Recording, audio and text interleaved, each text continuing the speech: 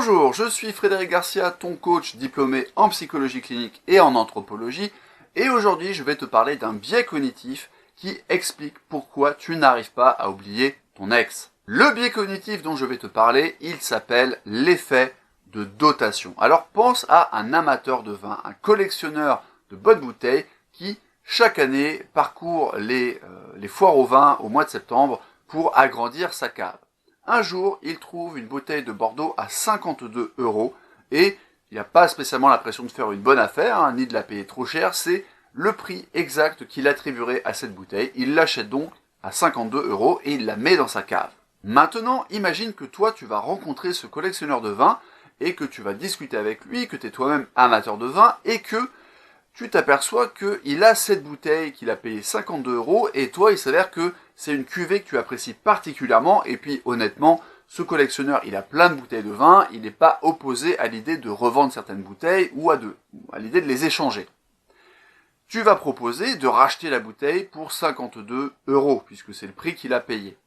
Et, à ta grande surprise, ce collectionneur refusera de te la céder en dessous de 76 €. Pourquoi une telle différence de prix? Est-ce que c'est parce que le collectionneur est en fait un spéculateur qui veut à tout prix faire des plus-values sur ses achats? Eh bien non, ce n'est pas l'explication. Si ce collectionneur refuse de te vendre la bouteille en dessous de 76 €, ce n'est pas pour faire une plus-value, ce n'est pas parce que c'est un vilain spéculateur capitaliste, c'est tout simplement parce qu'en fait, la valeur qu'il attribue à la bouteille a augmenté à partir du moment où il est entré en possession de la bouteille. C'est ce qu'on appelle l'effet de dotation. Alors si mon exemple te paraît un petit peu trop imaginaire et que tu n'es pas sensible à cet exemple, je t'invite à te lancer dans un défi très intéressant que beaucoup de gens pratiquent dans le milieu du développement personnel, un défi minimaliste qui permet de travailler sur ses possessions matérielles et qui consiste à se débarrasser d'une centaine d'objets, une centaine de possessions matérielles.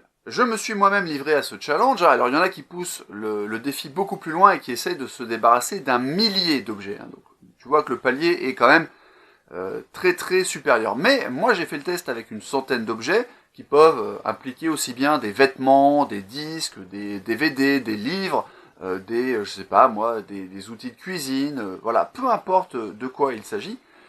Tu essayes de te débarrasser d'une centaine d'objets, donc tu fais une liste évidemment pour comptabiliser à chaque fois les objets dont tu te débarrasses. Et ce que j'ai pu expérimenter, et ce que tu vas expérimenter si tu te livres à ce défi, c'est que, en réfléchissant à quels sont les objets dont tu pourrais te débarrasser, tu vas retrouver dans tes placards un vieux vêtement que tu n'as pas porté depuis les 3 dernières années, je n'exagère pas, par exemple ta première veste, voilà, ta première veste que tu avais achetée pour ton premier emploi à la sortie de l'université, ou pour ton premier stage un petit peu sérieux, et tu vas ressortir la veste, tu vas larguer, tu vas la regarder, tu vas te dire que c'est pas par hasard que tu l'as pas portée depuis 3 ans, parce que depuis tu en as acheté des plus belles, qui te vont mieux, qui sont mieux coupées, etc., ou avec une couleur qui flatte mieux ton teint, mais la perspective quand même de se débarrasser de cette veste, elle est un peu contrariante. Elle est un peu contrariante parce que on sait jamais, ça pourra toujours servir. Imagine que tu as un problème et que toutes tes plus belles vestes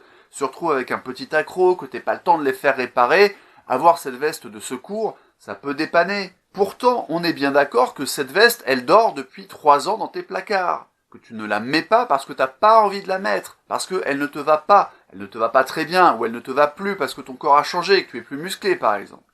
Ou que tu as pris du poids. Bon, peu importe. Et la veste n'est pas le seul exemple.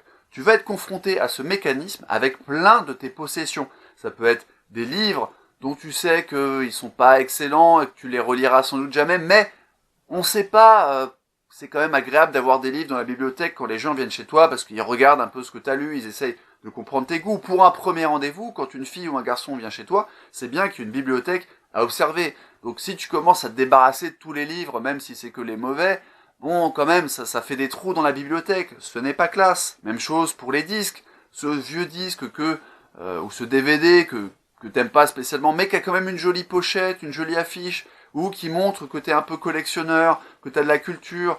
Bon, on sait jamais, là tu vas t'en débarrasser parce que t'es plus intéressé par le film ou par l'album de musique, mais on sait jamais, peut-être que dans 1 an ou 2, t'aurais changé d'avis et que t'aurais eu envie de posséder ce film ou ce disque.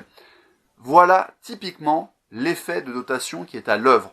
Alors tu commences à comprendre quel est l'impact de cet effet de dotation sur ta vie amoureuse. Parce que lorsque tu réfléchis à ta relation passée, lorsque tu penses à ton ex, tu as un effet de certitude qui se produit. Tu te souviens d'éléments factuels. Tu sais comment se passait votre sexualité au lit. Tu sais quels étaient les loisirs que vous partagiez, toi et ton ex. Tu ignores pour l'instant quels sont les futurs partenaires que tu vas rencontrer. Tu ignores à quoi vont ressembler tes futures relations. Donc d'un côté, tu as des éléments auxquels tu peux être tenté de te raccrocher, même si en fait, tu les as déjà perdus, d'accord, puisque vous avez rompu. Mais tu as l'impression de connaître ces choses. Et plus tu y réfléchis, plus tu les regardes, plus tu es hypnotisé par ces certitudes.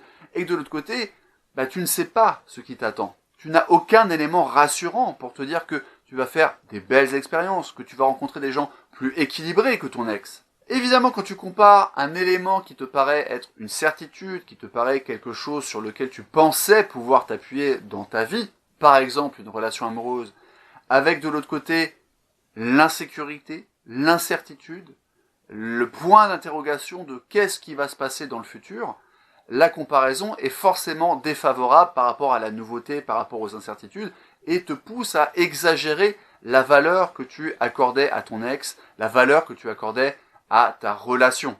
Donc il faut bien comprendre que lorsque tu viens de te faire larguer, le regard que tu portes sur ton ex est déformé. Tu vas surestimer l'importance qu'il ou elle avait. Tu vas surestimer les bienfaits de la relation. Tu vas surestimer tous les bons moments que vous passiez ensemble. Et ça ne veut pas dire qu'il n'y avait pas des vrais bons moments, mais ça veut dire que tu vas avoir une appréciation de la situation qui est déformée. Tu n'es plus objectif, tu n'es plus rationnel. Tu es fasciné par ce que tu crois avoir perdu, tout simplement parce que tu ne peux le comparer qu'à des incertitudes futures. Il est important de connaître et de comprendre ce biais cognitif de l'effet de dotation pour comprendre à quel point tu peux perdre pied lors d'une rupture amoureuse. Si tu penses avoir besoin d'un accompagnement pour mieux gérer ta rupture, je t'invite à me contacter à l'adresse mail qui est dans la description de la vidéo et à m'expliquer ta situation pour que je vois si je peux te proposer un accompagnement pour t'aider. Tu peux laisser un pouce en l'air pour aider la vidéo à être bien référencée, tu peux laisser un pouce en bas si elle t'a déplu, tu peux t'abonner à la newsletter, t'abonner à la chaîne et souviens-toi, les adultes suivent leur propre chemin.